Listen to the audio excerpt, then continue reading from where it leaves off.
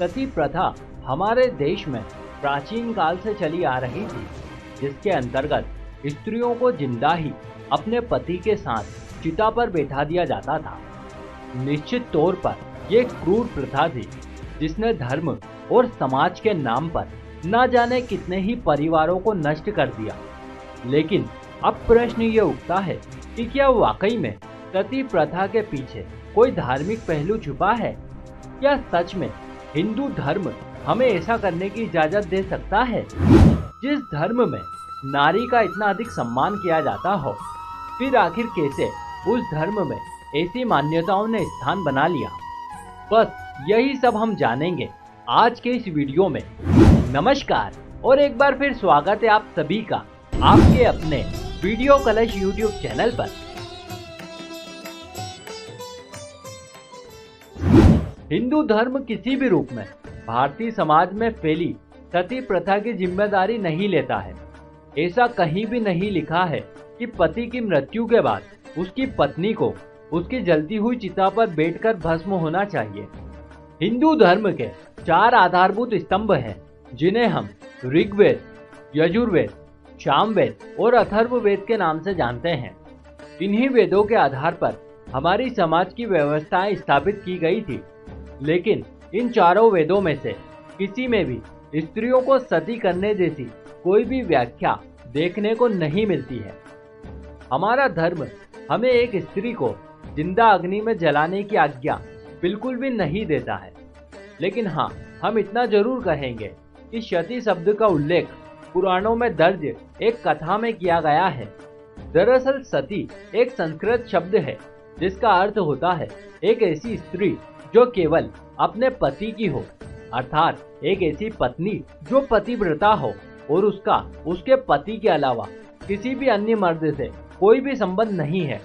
पौराणिक काल में भगवान शिव की अर्धांगिनी हुई, जिनका नाम था देवी सती। एक बार देवी सती ने अपने पिता दक्ष के द्वारा अपने पति अर्थात भगवान शिव के तिरस्कार से व्यतीत होकर यज्ञ की अग्नि में कूदकर आत्मदाह कर लिया था। लेकिन इस घटना में साफ तौर पर देखा जा सकता है कि इसमें देवी सती ने अपने पति के तिरस्कार से त्रस्त होकर खुद को नष्ट करके इस पाप से मुक्त होने का निश्चय किया था।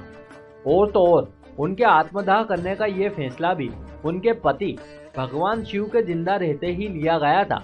जबकि सती प्रथा में पति की मृत्यु के बाद पत्नी को सती बनाने के लिए जलती हुई चिता पर बैठने को मजबूर किया जाता है। इसके अलावा द्वापर युग की एक और कथा में सती हो जाने जैसी बात कही गई है।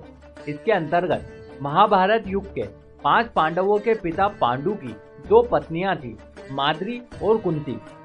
जब महाराज पांडु ने भूलवश एक ऋषि को अपने बाण से आहत कर दिया था, तब ऋषि ने उन्हें श्राप दिया था कि यदि उन्होंने कभी भी किसी स्त्री के साथ संबंध बनाए तो उनकी मृत्यु हो जाएगी।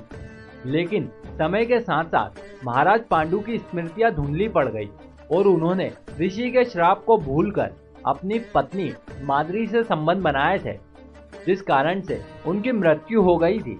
परंतु महाराज पांडु की मृत्यु को माद्री ने अपनी भूल माना और उनकी जलती हुई चिता पर सती होने का फैसला किया।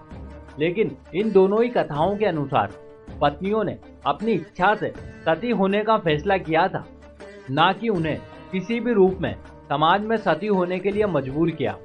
इसके अलावा हिंदू धर्म में 3 प्रसिद्ध सतियों का वर्णन भी मिलता है, जिनमें सती अनुसुईया, सती अहिल्या और सती सीता प्रमुख है। परंतु उपरोक्त बताई गई 3 सतियों में से किसी भी सती को उसके पति के साथ नहीं जलाया गया, ना ही उनकी इच्छा के खिलाफ उन्हें सती हो जाने का आदेश दिया गया। फिर कैसे भारत में सती प्रथा एक अभिशाप का रूप लेकर आई? दरअसल हमारे समाज की सोच के पीछे हमारी ही समाज के कुछ लोग जिम्मेदार हैं, जो हैं तो हिंदू, परंतु उन्होंने कभी भी हमारे वेद और पुराणों के अथाह ज्ञान को नहीं जाना, ना ही उन्होंने कभी हमारी प्राचीन संस्कृति का सम्मान किया। और ऐसी स्थिति में संपूर्ण ज्ञान न होने पर अन्य लोगों को भी इन झूठी परंपराओं को मान देना पड़ा, फिर चाहे वो किसी अन्य के लिए दुखदायी ही क्यों ना हो। कुछ इस प्रकार की सोच का परिणाम था सती प्रथा।